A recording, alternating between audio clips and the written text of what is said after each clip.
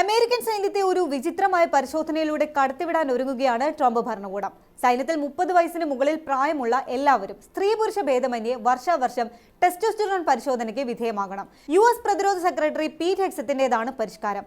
American സൈന്യത്തെ കൂടുതൽ ശക്തവും മാരകവുമാക്കാൻ വേണ്ടിയാണിതെന്നാണ് ഹെഗ്സത്ത് അവകാശപ്പെടുന്നത്. പക്ഷേ ഉയരുന്ന ആശങ്കകൾ ഏറെയാണ്. വിശദമായി നോക്കാം. സ്വാഗതം ഇൻഡെപ്തിലേക്ക്.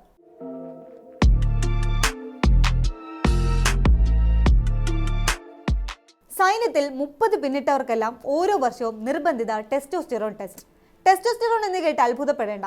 അത് പുരുഷന്മാരിലെ പ്രധാന ലൈംഗിക ഹോർമോണാണ്. ഇങ്ങനെ ഒരു വിചിത്ര നീക്കം അതും ഒരു സൈന്യത്തിനുള്ളിൽ നടത്താൻ പദ്ധതിയിടുന്നത് മറ്റെവിടെയുമല്ല, അമേരിക്കയിലാണ്. ട്രംപ് ഭരണകൂടമാണ് പിന്നിൽ. ഒന്നുകൂടി കൃത്യമാക്കിയാൽ അമേരിക്കൻ പ്രതിരോധ സെക്രട്ടറി പീറ്റ് ഹെഗ്സത്ത്. സൈന്യത്തെ ശക്തമായി നിലനിർത്താൻ ഇത് ആവശ്യമാണെന്നാണ് ഹെഗ്സത്ത് അവകാശപ്പെടുന്നതെങ്കിലും സംഗതി ഇപ്പോൾ വലിയ വിവാദമായിരിക്കുകയാണ്. അമേരിക്കൻ സൈന്യത്തെ കൂടുതൽ പൗരുഷമുള്ളതാക്കി മാറ്റുക എന്ന ചിന്തയാണ് ഹെഗ്സത്തിന്റെ തീരുമാനത്തിന് പിന്നിലെന്നാണ് ഒരു വിഭാഗം വാദിക്കുന്നത്. അതായത് ഒരു സ്ത്രീവിരുദ്ധ മനോഗതിയുടെ പ്രതിഫലനം എന്നർത്ഥം. മാത്രമല്ല, ആരോഗ്യ വിദഗ്ധരും മെഡിക്കൽ സംഘടനകളും ഹെഗ്സത്തിന്റെ പ്രഖ്യാപനത്തോട് അത്ര നല്ല പ്രതികരണമല്ല നടത്തുന്നത്.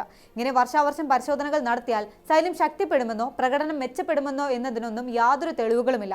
അതായത് പ്രായത്തിന്റെ അടിസ്ഥാനത്തിനുള്ള ഈ പരിശോധനയ്ക്ക് ഒരു ശാസ്ത്രീയ പിൻബലമില്ല എന്ന് ചുരുക്കം. ഒപ്പം 30 വയസ്സെന്ന പരിധി നിശ്ചയിച്ചതിന് പിന്നിലെ കാരണം പ്രതിരോധ വകുപ്പ് വെളിപ്പെടുത്താത്തതും ആരോഗ്യ വിദഗ്ധരെ സംശയത്തിലാക്കിയിട്ടുണ്ട്. ഈ വിവാദം ഉയർന്നതിന് പിന്നാലെ ഹെഗ്സത്തിന്റെ 2 വർഷം മുൻപുള്ള ഒരു പുസ്തകവും ചർച്ചകളിലേക്ക് വന്നിട്ടുണ്ട്.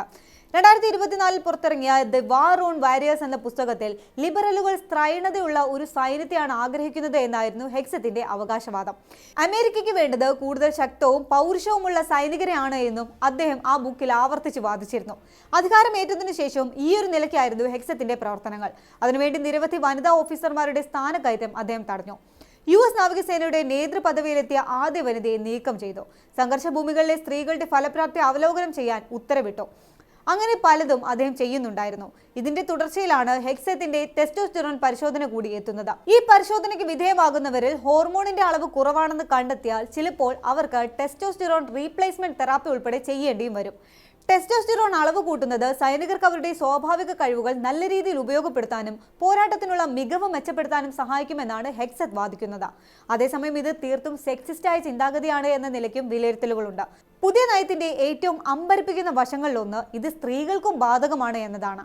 സ്ത്രീകൾ സ്വാഭാവികമായി വളരെ കുറഞ്ഞ അളവിൽ ടെസ്റ്റോസ്റ്റെറോൺ ഉൽപ്പാദിപ്പിക്കുന്നുണ്ട്. പക്ഷേ അവരിൽ ടെസ്റ്റോസ്റ്റെറോൺ അളവ് കുറവാണെന്ന് നിശ്ചയിക്കുന്ന പരിധി എന്താണ് എന്നതിലാണ് ഇപ്പോഴും വ്യക്തതയില്ലാത്തത്. സാധാരണഗതിയിൽ ടെസ്റ്റോസ്റ്റെറോൺ റീപ്ലേസ്മെന്റ് തെറാപ്പി ഒന്നും സ്ത്രീകൾക്ക് ഡോക്ടർമാർ ശുപാർശ ചെയ്യാറില്ല.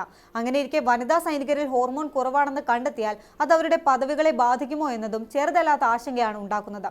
പ്രത്യേകിച്ചും പൗരുഷത്തെ ഉയർത്തിപ്പിടിക്കാൻ വെമ്പുന്ന ഹെഗ്സത്തിനെ പോലൊരാൾ നേതൃപദവിയിൽ ഇരിക്കുമ്പോൾ. ശരിക്കും ഇത് സൈന്യത്തിന്റെ ശക്തി വർദ്ധിപ്പിക്കാൻ എന്ന പേരിൽ പൗരുഷത്വത്തെ ഉയർത്തിപ്പിടിക്കാൻ നടത്തുന്ന ഒരു നീക്കമാണോ? ചർച്ചകൾ തുടരുകയാണ്. പക്ഷെ ഒരു കാര്യം വ്യക്തമാണ്, അമേരിക്ക ഏത് തരത്തിലുള്ള സൈന്യത്തെയാണ് ഭാവിയിൽ നിർമ്മിക്കാൻ ആഗ്രഹിക്കുന്നത് എന്നതിനെ കുറിച്ചുള്ള വ്യക്തമായ സൂചനകളാണ് ഈ നയങ്ങൾ നൽകുന്നത്.